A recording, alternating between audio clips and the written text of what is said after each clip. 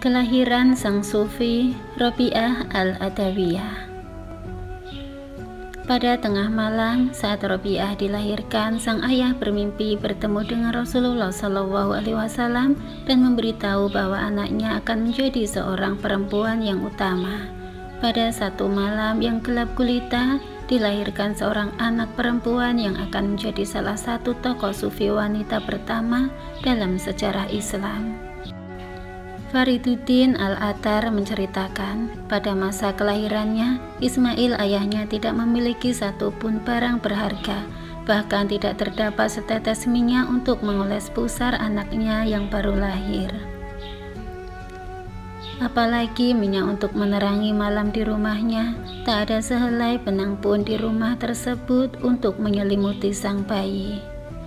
Istrinya meminta agar Ismail pergi ke tetangga untuk meminta sedikit minyak agar dapat menyalakan lampu. Akan tetapi, Ismail telah bersumpah bahwa ia tidak akan meminta sesuatu apapun kepada manusia lain, sehingga ia berpura-pura mendatangi rumah tetangganya, lalu memberitahu bahwa tetangganya sedang tertidur lelap sehingga tidak membukakan pintu. Ismail adalah seorang yang menghabiskan siangnya dengan bekerja dan beribadah di malam harinya.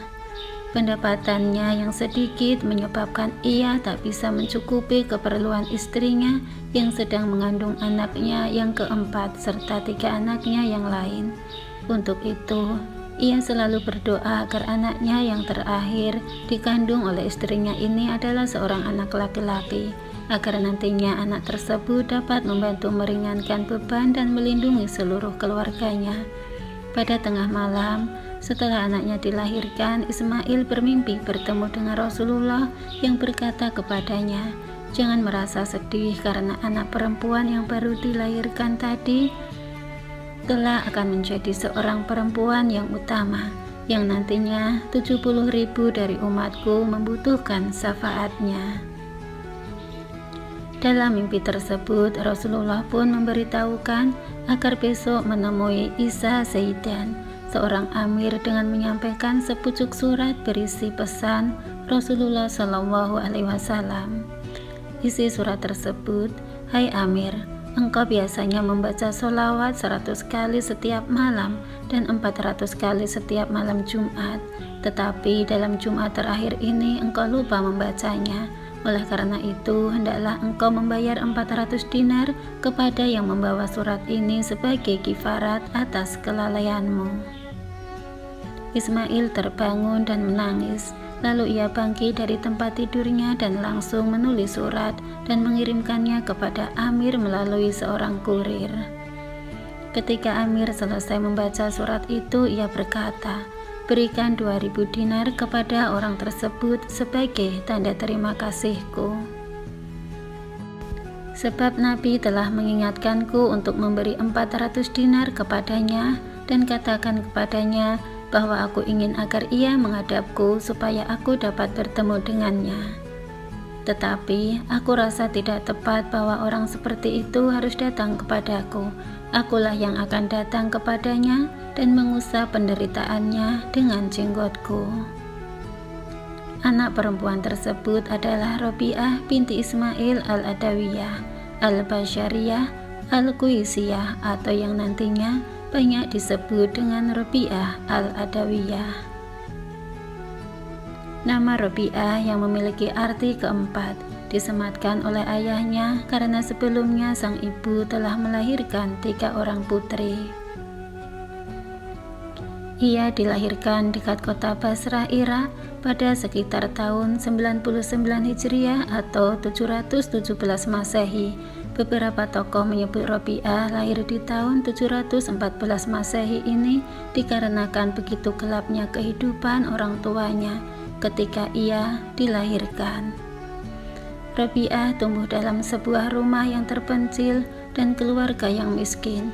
Walaupun pada waktu itu Basrah merupakan kota yang sangat kaya, kondisi demikian tidak menjadikan Robi'ah dan keluarganya menjadi terpuruk.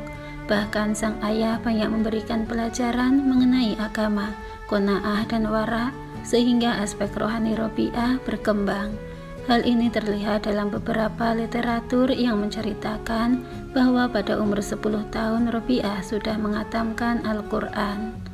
Ayahnya menghendaki agar anaknya jauh dari pengaruh-pengaruh yang tidak baik yang dapat menjadi penghalang bagi pertumbuhan jiwanya. Maka, ia sering dibawa sang ayah ke sebuah musola di pinggiran kota Basrah untuk beribadah. Kondisi orang tuanya yang miskin menjadikan Robiah seorang yang mandiri semenjak kecil dan sangat mengerti akan kondisi tersebut. Sehingga ia tidak pernah menuntut banyak terhadap orang tuanya dan menerima apapun yang diberikan oleh orang tuanya. Tanda kesalehan Robiah ketika melihat kondisi keluarganya pun terlihat ketika satu kali ayahnya bertanya kepada dirinya, "Wahai Robiah, bagaimana pendapatmu sekiranya ayah tidak menemukan makanan kecuali yang haram?" Dengan tangkas ia menjawab, "Kita harus banyak bersabar, karena menahan lapar di dunia jauh lebih ringan dan lebih baik daripada menanggung siksa api neraka." Orang tua Robiah meninggal ketika Robiah beranjak dewasa. Kematian orang tuanya menyebabkan ia harus tinggal bersama 3 saudara perempuannya dan meneruskan pekerjaan ayahnya, yaitu menyeberangkan orang di sungai Dijlah dengan sampannya. Hal tersebut dilakukan untuk dapat menyambung hidup dirinya dan ketiga saudaranya.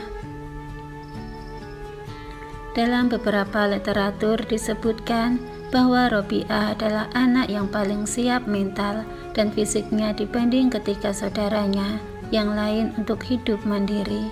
Walaupun tak jarang pula, Robiah menangis karena teringat kedua orang tuanya dan terkadang menangis tanpa sebab yang pasti. Bismikallahumma nad'u fi ghuduwi wa rawah, laka minna kullu hamdin fi masa'in wa sabah, hablana minka rasyada wahdina subul salah,